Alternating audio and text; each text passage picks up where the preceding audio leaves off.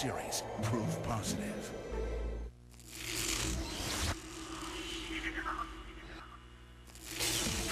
In the next hour on Proof Positive, 3 extraordinary cases, 3 scientific tests.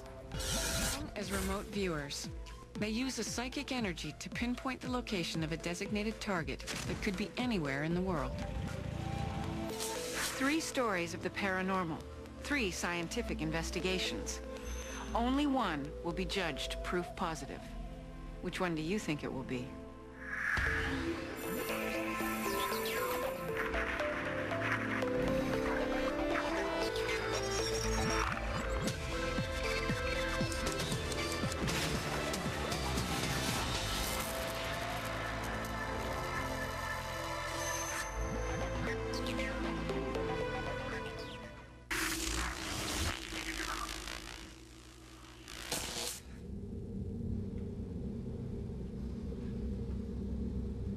These people appear to be sleeping.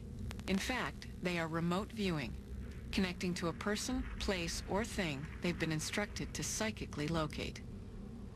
I saw the target and she had short blonde hair and it appeared to be back. I felt that the beacon was moving about 80% of the time. My feeling of what the target was doing was constant motion, this blissful state of weaving and moving, sort of like an amusement park ride.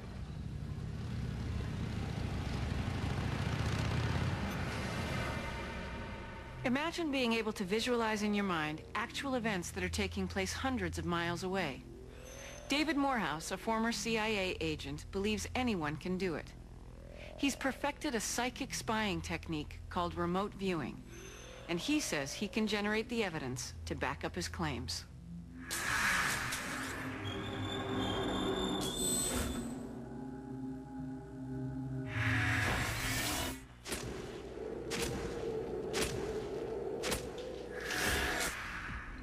Exactly what remote viewing is allowing someone to do is to see persons, places, or things distant in space-time. And to gather information about that and to be able to describe that in very interesting and very wonderful terms. In the 1980s, David Morehouse was a commander in the Army Rangers. During a training mission in the Middle East, he was wounded in the head. While recovering, he discovered he had apparent psychic powers. It earned him reassignment to a classified unit of the CIA. I was sent to a special access program codenamed Sunstreak at that time and trained to become one of America's top secret psychic spies called remote viewers.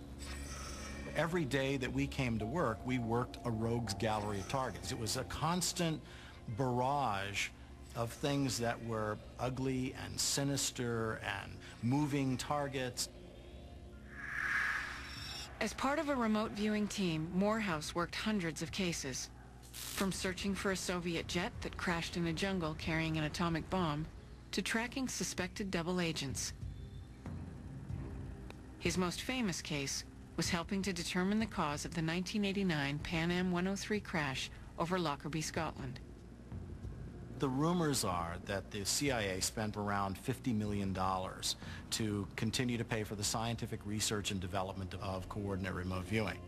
Much of that money went to funding a program at Stanford University that was headed up by this man, physicist Russell Targ. Remote viewing is very easy to do. It's like a musical ability. There will, of course, be psychic superstars just as there are musical prodigies. But what pleased us very much is that we were able to train to a greater or lesser extent almost everyone who came into our laboratory. Morehouse shares the notion that anyone can be taught remote viewing. So in 1991, he left the CIA and later developed a remote viewing training program that has attracted nearly 11,000 recruits. Now, we don't make any pretense that it is 100% accurate. We recognize that it has its limitations, but it is also a tremendous tool that allows us to see something distant in space-time and come back with a very accurate picture of what is there. We selected 12 remote viewers from throughout the United States and Canada and flew them to Los Angeles. Each of the viewers has undergone extended training with Morehouse. They've been told nothing about their task in advance. I have every expectation when given the mission that they will do exactly what they have been asked to do. The remote viewers are a diverse group, but they all share the same confidence in their skills. Ted Macy is a real estate broker from Atlanta, Georgia. If it's a defined target, then we can get there. You collect as much information as you can. Sometimes you get one small piece, and another time you might get 100 different pieces. Nicole Whitney is a radio talk show host in Vancouver, Canada. I don't think there's anything that's a hard target, actually. If you can get to any place in time and space using this, how can anywhere be hard to get to? Rommel Lozano works as a psychiatric counselor in San Diego, California.